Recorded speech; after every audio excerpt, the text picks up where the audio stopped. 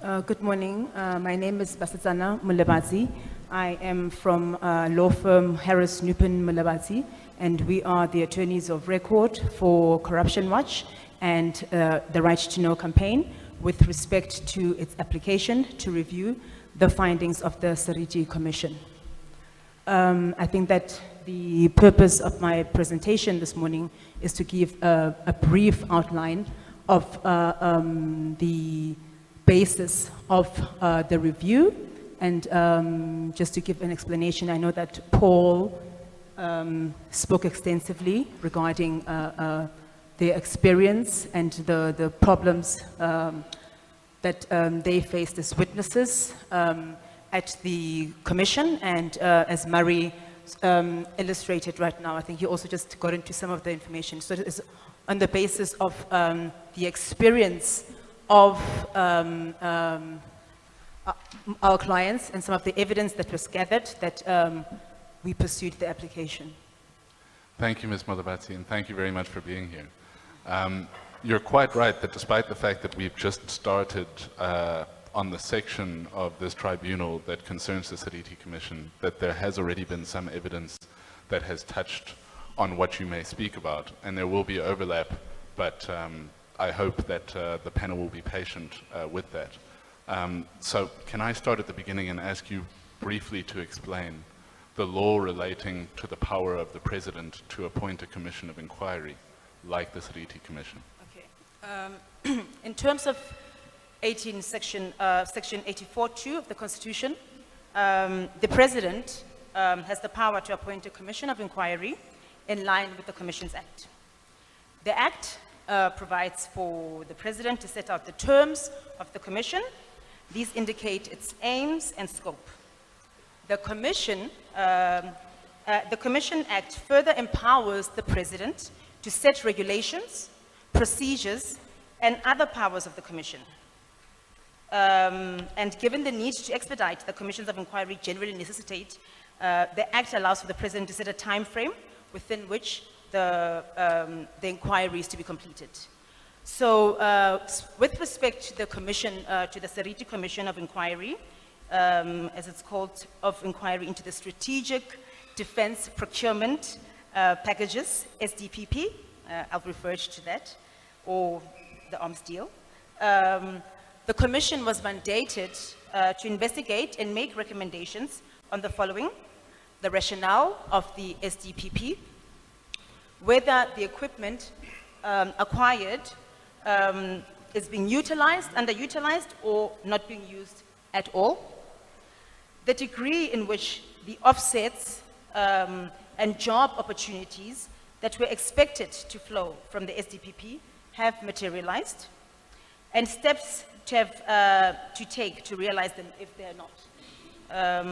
Whether there was impropriety in the awarding of the contract, either by the officials within government or private persons, or whether this should lead to the cancellation of the deal. And of course, the ramifications of cancelling the deal. Thank you. The Seriti Commission's report was released to the public on the 21st of April 2016. Can I ask you please, very briefly if you can, to tell us what the findings were? The findings of the commission, just I think specifically relating to our review, I think, you know. The commission found that there was nothing wrong with the arms deal in its conception, execution, or economic impact. This, of course, unrelated, is notwithstanding the escalated scale, escalated costs in state, to the state in Rand's term, which, according to Andrew Donaldson of Treasury, who gave evidence before the commission, would cost the state a total cumulative cost, and up to, at the final loan repayment of October 2020, in 2013, this was in 2013, 2014, would be equal to 63 billion rands. I'm not sure what the figures could be to date, but I mean, I think that that's a side issue. That's very important. The commission found that the evidence tested before the commission found that largely, found that the evidence tendered before the Commission indicates that the various officials in the Department of Defense, Arms Corps, DTI, and Treasury, who were involved in the acquisitions process, acted with a high level of professionalism, dedication, and integrity. This is, of course, despite numerous allegations of criminal conduct on their part and evidence that was tendered before the Commission. Thank you. We understand that Corruption Watch, and Mr. Hunter has just told us about Right2Know, have both made an application to the North Gauteng High Court to review and set aside the findings of the Commission. Can you tell us, please, what the basis upon which this application was launched is, and what are the reasons upon which the application was launched? The review is based on Section 53 of the High Court rules. Let's not get legal. Where you can review the findings, where you can review the findings and processes of a tribunal, a court, and any other administrative body. I think that on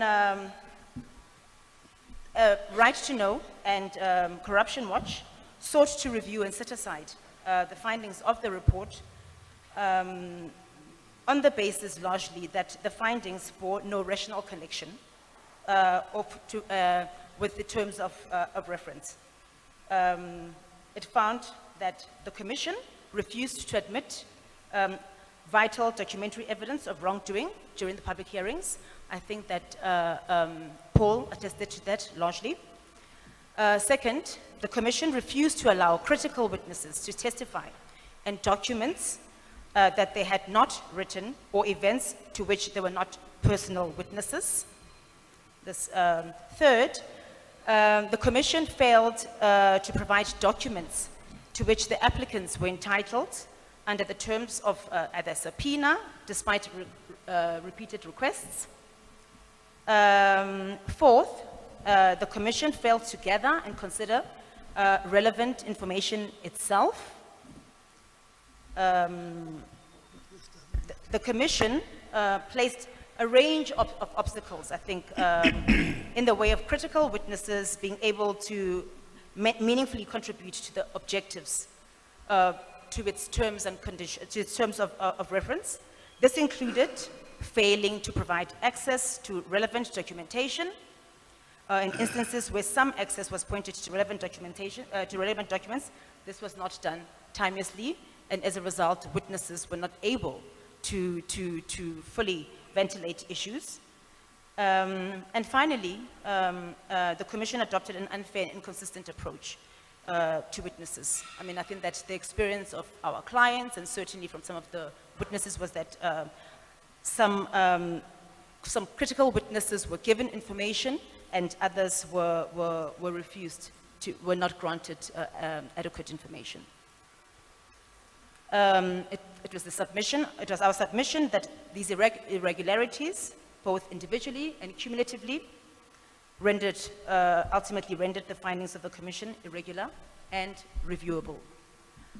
There are many instances, I think, and examples under any of these headings, but I think that I'm not sure if this is something. No, that's good. Thank you very much. Yeah. I mean, from your explanation and from the evidence that we've already heard over the past day or so, we already know that the failures of the Commission were multiple and mutually reinforcing. You would agree with that? Yes. In short, can you explain for us, to the extent that you have not already, what the failures of the Commission were, or do you believe that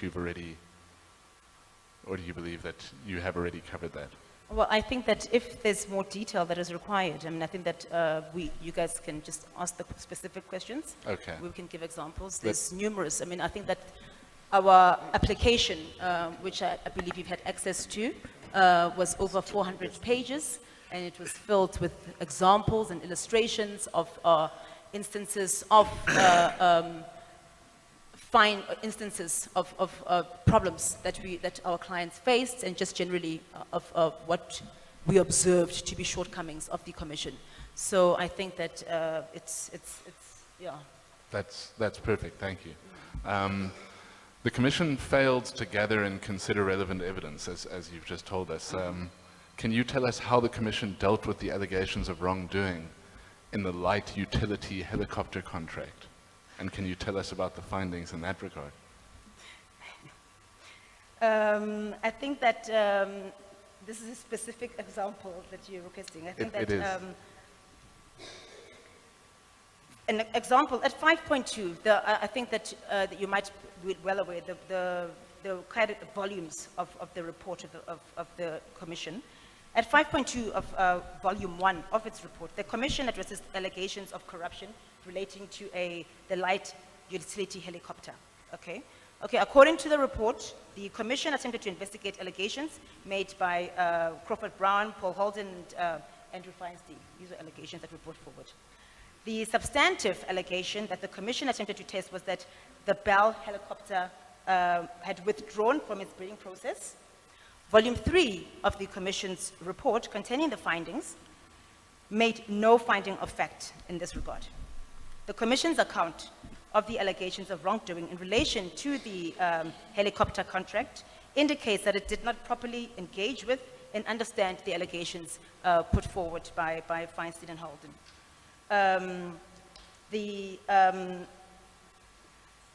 The Commission, I think that Feinstein and Holden basically made allegations in that they spoke to and interviewed senior members. They spoke to and interviewed senior members of the Bell team that was involved in the bidding process for the contract.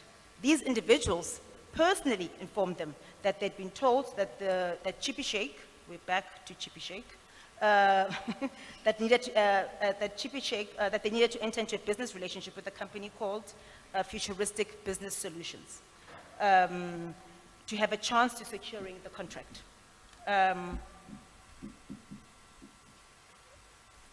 Feinstein and Holden said that the submission that a primary source of the material was a retired US ambassador to Malawi, a certain George Trail III, who had agreed to be interviewed on record by Holden and on these claims. Ambassador Trail had worked for Bell Helicopters as a part of a team trying to win the light utility helicopter bid. In their joint submission, Andrew Feinstein and Paul Holden stated that had stated their discussion with Trail and that both versions related to and recorded by Holden were substantially the same as that related by Feinstein. However, the Commission just failed to investigate the matter. The Commission, Advocate Ferreira, who was referred to numerous contracts that FSB had been awarded as a subcontractor in the SDPP by multiple different primary contractors. She stated that there were suspicions and conflicts and conflicting accounts as to whether or not the FSB had the capacity and ability to effectively perform any of the contracts that it was granted. This echoed the interview with Ambassador Trail. Okay. However, Chippy Shake was only asked a single question on this matter. Okay. It was asked by the chairperson at the conclusion of leading of his evidence. This was the totality of the Commission's attempt to test the allegation that a key person in the allegation of misconduct in the SDPP. He was not cross-examined. His denial of wrongdoing was simply not tested. Sheikh was not asked to comment, except in the broadest terms, on any allegations relating to Trail. Thank you. In the Corruption Watch and Right2Know founding papers, it's argued that the Commission failed to grant access or consider evidence emanating from criminal investigations. Is that correct? That is correct. Thank you. If that's the case, can you please elaborate a little bit on that aspect? I think this... can I continue? Yeah. Okay. Materials, I think that emanating from the Director of Special Prosecutions and the investigations into the SDPP were stored in shipping containers. I think that we know, on premises controlled by the Department of... it was claimed that of police that only a third of the documents had been scanned in and received by the Commission, whilst 2/3 of the documents remained unscanned. Interestingly, this is the same response we've received from the State Attorney relating to our request for access to the records, that there's a large container of information which they have to, which is not scanned, which supposedly did not form part of the record of proceedings of the Commission, which was not either not considered, and as a result will require resources from the department, from the State Attorneys or the Department of Justice, in order to secure our release of information. I think so. It's similar, a similar response. I think that the Commission failed to examine any of these documents from any criminal proceedings. They failed to consider any of the evidence or any of the findings or anything relating to the allegations and evidence with respect to Jacob Zuma in the Sheikh trial or any other allegations. I think they're just generally not just tying down to this matter. And I think that is some of the issues that we have, that is one of the issues and basis for the review. Thank you. In Mr. Holden's evidence, which we've just finished hearing a short while ago, he indicated that there was a document referred to as the Devois and Plimpton report. Mm-hmm. It was compiled by the US law firm of the same name on behalf of their client, Ferristal. That document was found to be inadmissible in the Commission, was it not? Well, it was considered, okay? It was considered by the Commission, okay? The Commission notes that attempts were made to introduce the DP report, it's called the DP report, as evidence, and that the legal representatives, though, of Ferristal and other people implicated in the wrongdoing objected on this ground that the DP report was privileged, okay? So therefore, the chairperson on 2 occasions held that the DP report was inadmissible, and that the Commission repeated the conclusion in its report. Okay. Mentions has also been made about investigations by the Swiss authorities in regard to all of these goings on. Did the Commission seek to acquire the information from the Swiss authorities that's been mentioned? The Commission had, it was recommended that the Commission should file a mutual legal assistance request to the Swiss authorities, since there were so many allegations contained with respect to the Swiss authorities. The Commission never formally filed a mutual request for legal assistance. The Commission did, however, take a trip. Some members of the Commission did, however, take a trip to, I think, Switzerland, I think, or yeah, a few years later into the proceedings of the Commission. The basis of that is, remains unknown, as there was no formal mutual legal assistance, as had been advised. Thank you. Do you know the reason why, or whether a reason was offered as to why, or alternatively, whether the trip was meant to be in lieu of submitting a mutual legal assistance request?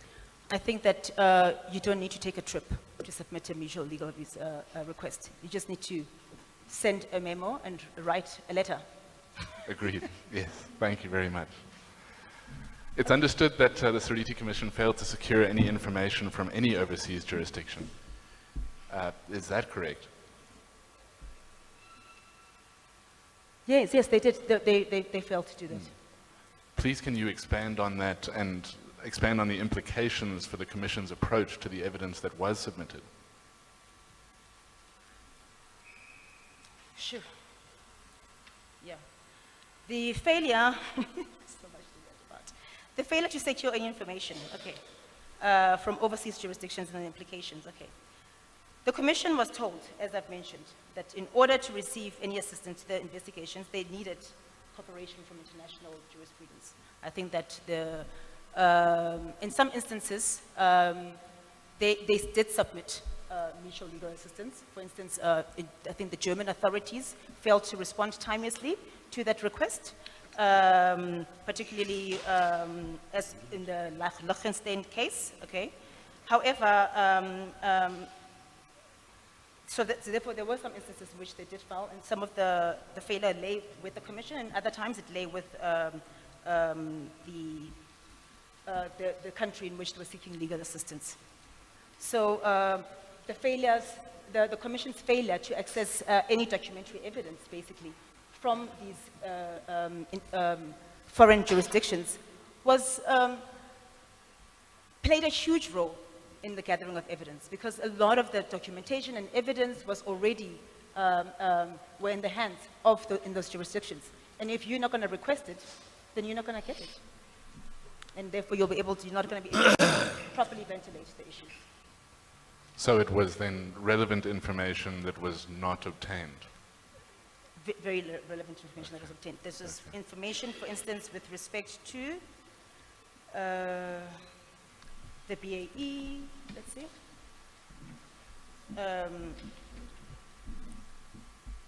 There was there were some issues relating to the BAE contract, the German authorities, and that was very, very important. And the Swiss contracts, of course. Thank you very much. Can we then turn to the second ground of review that you mentioned, the failure to allow or solicit information? We already know how the Commission dealt with the Devois and Plimpton report now, but please can you explain how it dealt with the draft Auditor General's report and what the reasoning was that was given for dealing with it in the way that the Commission did? Sure. You know, the draft Auditor General's report, I think that has been the subject of much litigation, I think. The Commission basically deemed it, did not really want to admit the findings of the draft Auditor General's report. I mean, it is widely known that what was contained in the draft Auditor General's report was ultimately not included in the final report. And there has been much speculation, discussion, litigation relating to that. There are two very different reports. And of course, there's been allegations of a lot of tempering, a lot of into the findings of the final auditor's report. I mean, the Commission found that the report was inadmissible, as it because it's not only because they did not drop they didn't admit it as well, because it was also requested for admission by Feinstein and Holden, who were witnesses, which is also one of the key issues, because they were not the authors of the report. They were not the authors of the report. They didn't work for the auditors. Didn't work for the state. They could not submit their report into evidence, therefore, and as they could not speak to it, supposedly. Is it true that then that the Commission did not deal with the inconsistencies between the final report and the drafts that you've mentioned? Yes.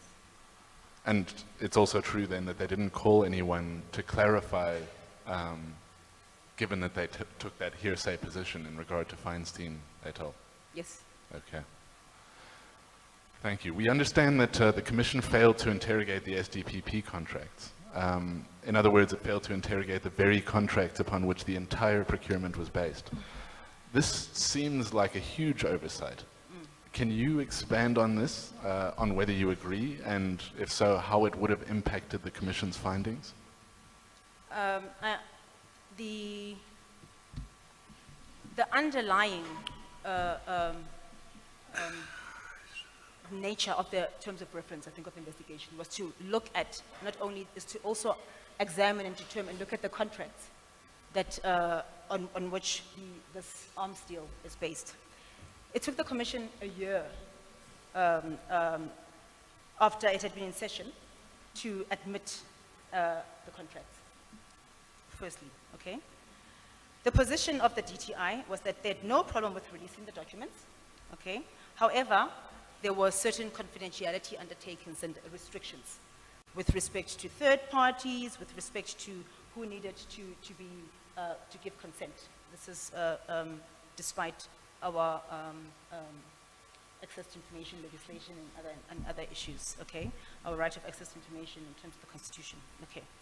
It took the position that the provisions of the contracts upon which the witnesses relied, okay, were common cause, and therefore it was not necessary to see the entire, not necessary to see the entire contracts, okay? Therefore, witnesses would only rely on specific provisions in order to be cross-examined, right?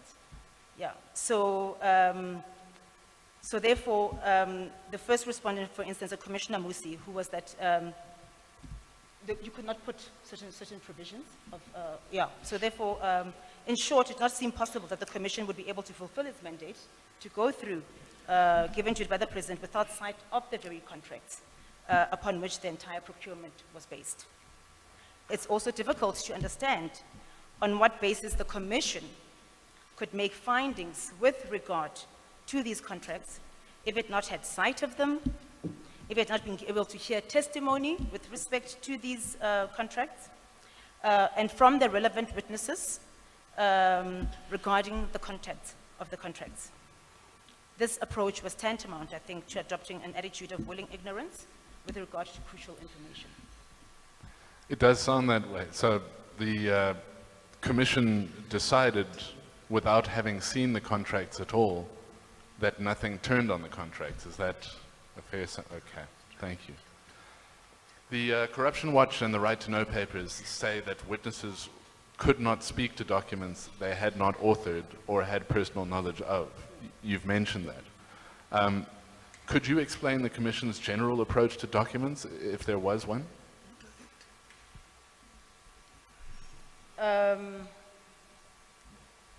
The general process was to be able to tender, okay, documents and speak to the contents thereof, right? Obviously, as you should be able to.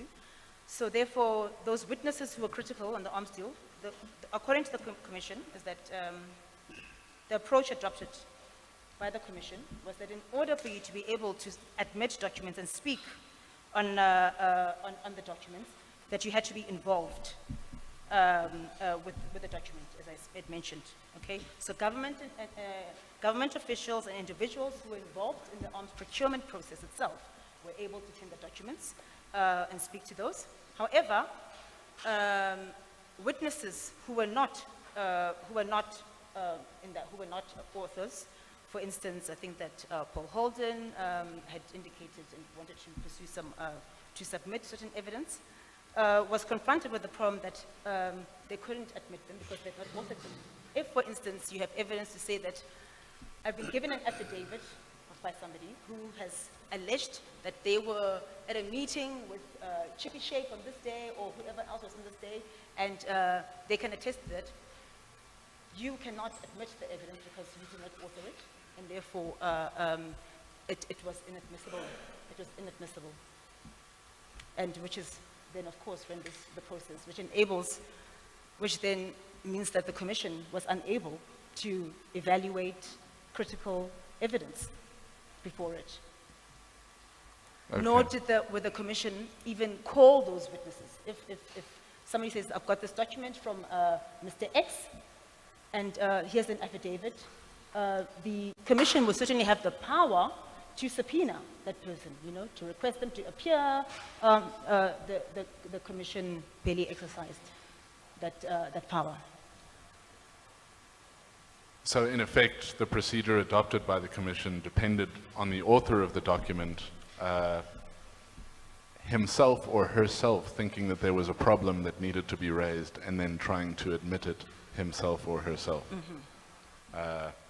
Sort of self-hanging, so to speak. Indeed. Okay.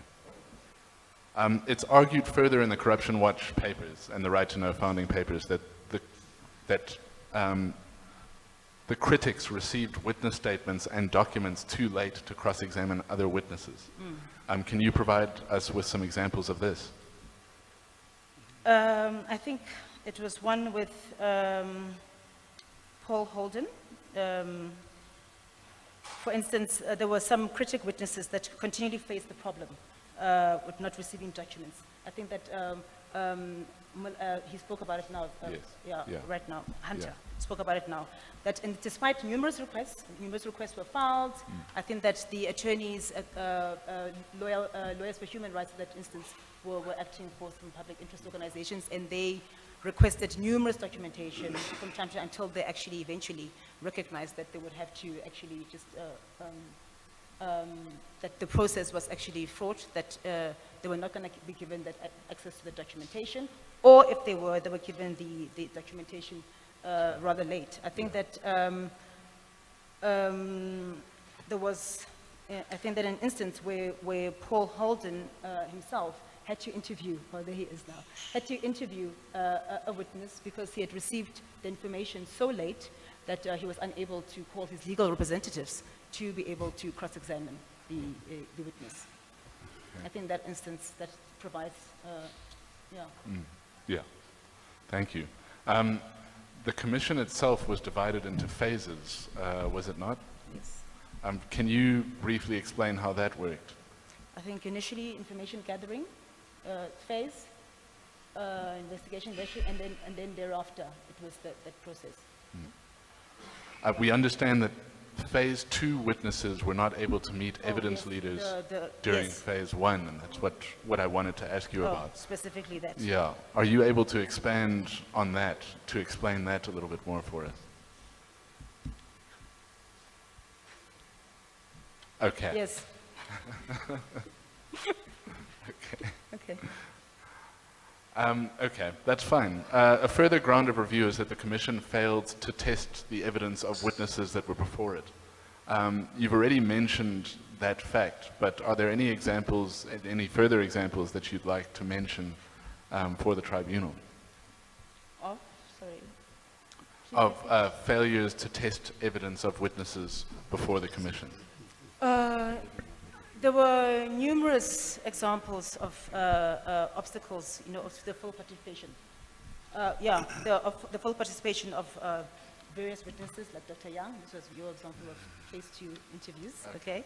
I think. Let me just get to the page. Thank you.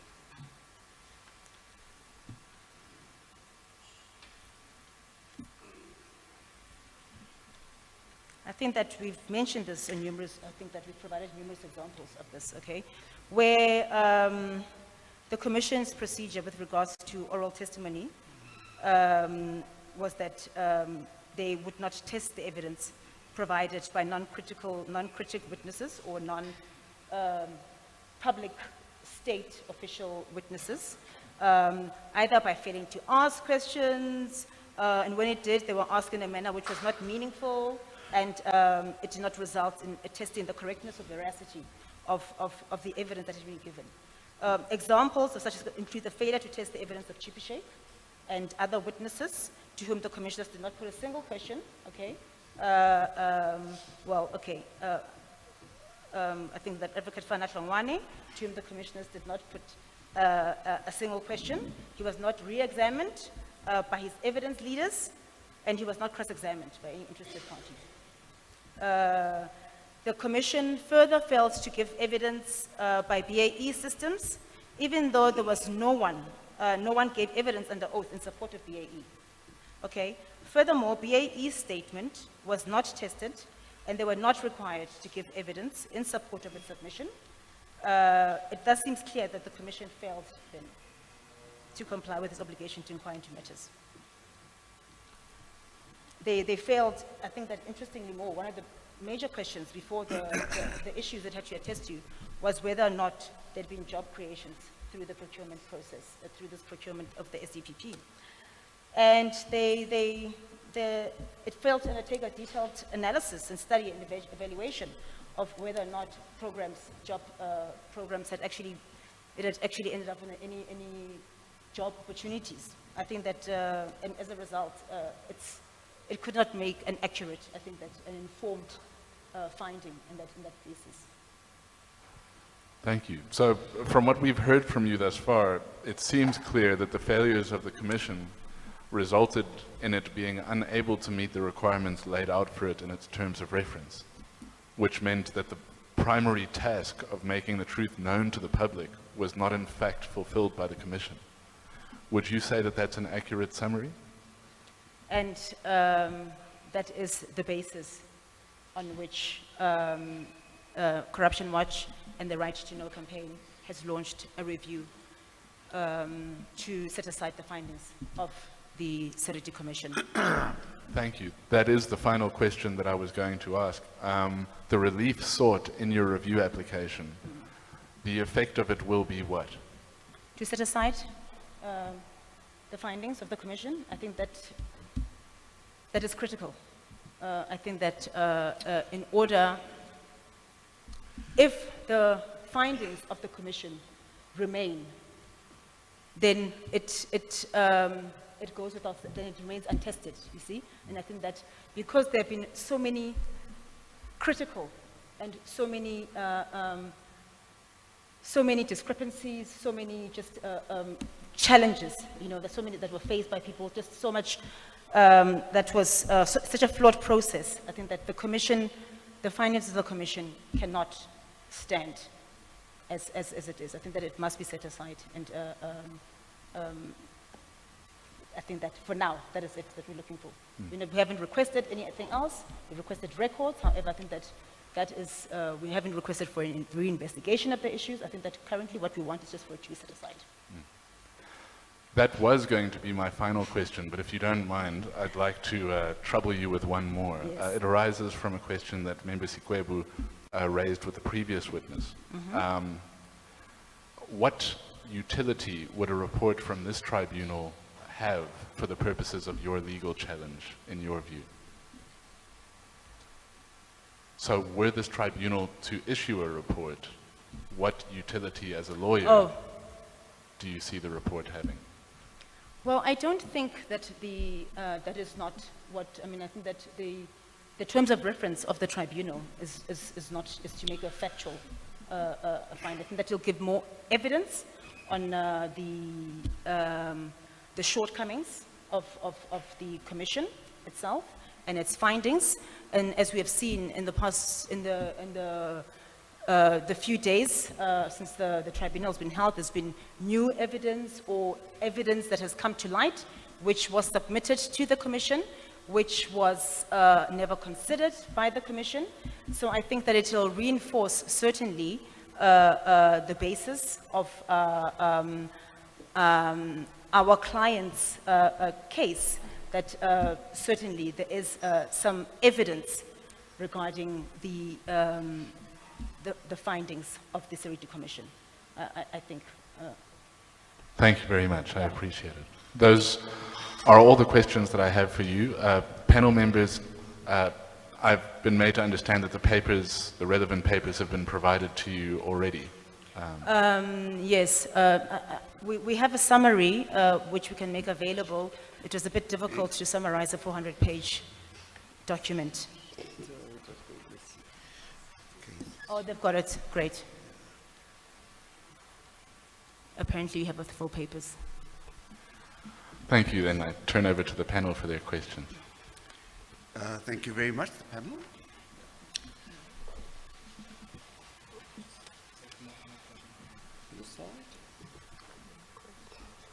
Okay, I seem to be the only one who has a question. Oh, wow. Just from Mr. Stubbs' question with regards to the relief that you seek. So in my mind, if you're asking for the review of that and for the recommendations or findings to be set aside, naturally for me, what follows is for you guys to ask for reinvestigation of that, and I'm interested in why you haven't sought that. The reinvestigation of the arms deal and maybe a new commission or whatever you deemed necessary to make sure that the important evidence that you refer to is included and that the process is as participative as you think it should have been. My personal view, I think that it hasn't been an issue that has been canvassed by Corruption Watch or Right2Know. My personal view is to make a determination on whether or not it's it would be, make sense and it would be helpful to have another commission of inquiry into the arms deal. There is already so much information. Certainly, whatever information that has been available, how about that then that whatever information has been gathered, prosecutions perhaps should start. I think for me, having another discussion, information, we've already having the People's Tribunal. I think that what needs to happen, perhaps, once that information has been set aside, is that there should be some prosecutions, I think. I think that having another talk shop is not gonna help. I think that there needs to be more a bit action. You know, I think that this process is very helpful and is very useful, and commissions of inquiry by their nature, of course, are useful, you know, and I think that in some instances, depending, they're supposed to be a place to give information, to provide information for the public to ventilate whatever issues, you know, and in this instance, it didn't happen. Perhaps then we can look at another process in which to address some of the issues. I mean, there's been lots of evidence of impropriety that was even considered by the Commission where the Commission failed to make appropriate findings. Doesn't necessarily mean that it can't be investigated by the relevant authorities. Am I?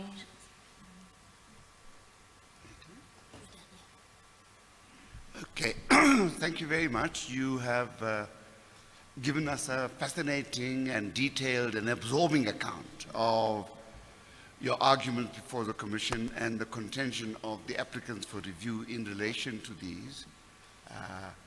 We now seem very well informed, and I think I speak on behalf of the panel when we thank you very much and wish you every success in your review application. Thank you. Thank you. Thank you very much, Ms. Molebatsi. With that, panel members, we come to the end of my section of this tribunal. What we covered initially was the context of the arms deal. The corruption there arising was covered yesterday, and we have now covered the facts surrounding the Seriti Commission. The arms deal, as you have already heard, was not a single event, but rather a series of corruption scandals and cover-ups, which extended all the way, it seems, to the Seriti Commission. The cost of the arms deal to South Africa, to the South African public, is enormous, not only in terms of direct cost, but in terms of opportunity cost as well. It has, for example, been suggested that the money that was spent, and that's money that has already been spent, could just as well have been spent on the installation and connection of a wide range of sanitation units, on paid salaries of at least 42,624 state doctors for 6 years, paid salaries of at least 52,977 state educators for 6 years, and paid salaries of at least 52,977 state nurses for 6 years. Payment on the arms deal will continue in South Africa until 2020. It's imperative to understand that the offsets were absolutely central to the selection process, and that they formed 1/3 of the total score granted to bidders for primary contracts. They were also important in selling the arms deal to the public. The promise of 100 billion rand in economic activity and the creation of 65,000 jobs were fundamental to counter allegations that the arms deal was irrational at the time of extreme poverty and of socio-economic need in this country. The evidence presented before the Seriti Commission, but ignored by it, suggests that the actual economic impact of the offset program was massively overinflated. And amazingly, as we've just heard, the Seriti Commission found that the offset program was an unqualified success, and that it generated economic benefits and jobs as promised. I would respectfully submit that over the course of the past 2 days, we have demonstrated, at least at a prima facie level, that the case is anything but that. Thank you very much for your time. Thank you. I would like, thank you very much for your efforts, and You have done a lot of very good work. But for all the evidence leaders, before we go, I'd like to read out one part of the terms of reference, which say it is important that any parties implicated should be invited to present a defense at the tribunal, whether it is in the form of appearing at the tribunal or through written submission. With this in mind, it may be incumbent on the tribunal to have an evidence leader available to assist in presenting the accused's case. If those who are accused refuse to appear, their invitation should be publicly recognized at the tribunal and in the final report. Implicated parties should also be invited to provide comment on the panel of adjudicators' interim findings. I just want to leave that thought with you before you go, and leave that thought with everybody. I don't want any response to it, please, but we will decide what to make of it at some appropriate stage. Thank you, Member Yakub. I appreciate that. And then, thank you very much. I think that's about it. Thank you very much for all the evidence. And thank you very, very much for all your help. The panel appreciates your being here very much indeed. I appreciate it. Thank you, Member Yakub. Thank you. Thank you to the panel.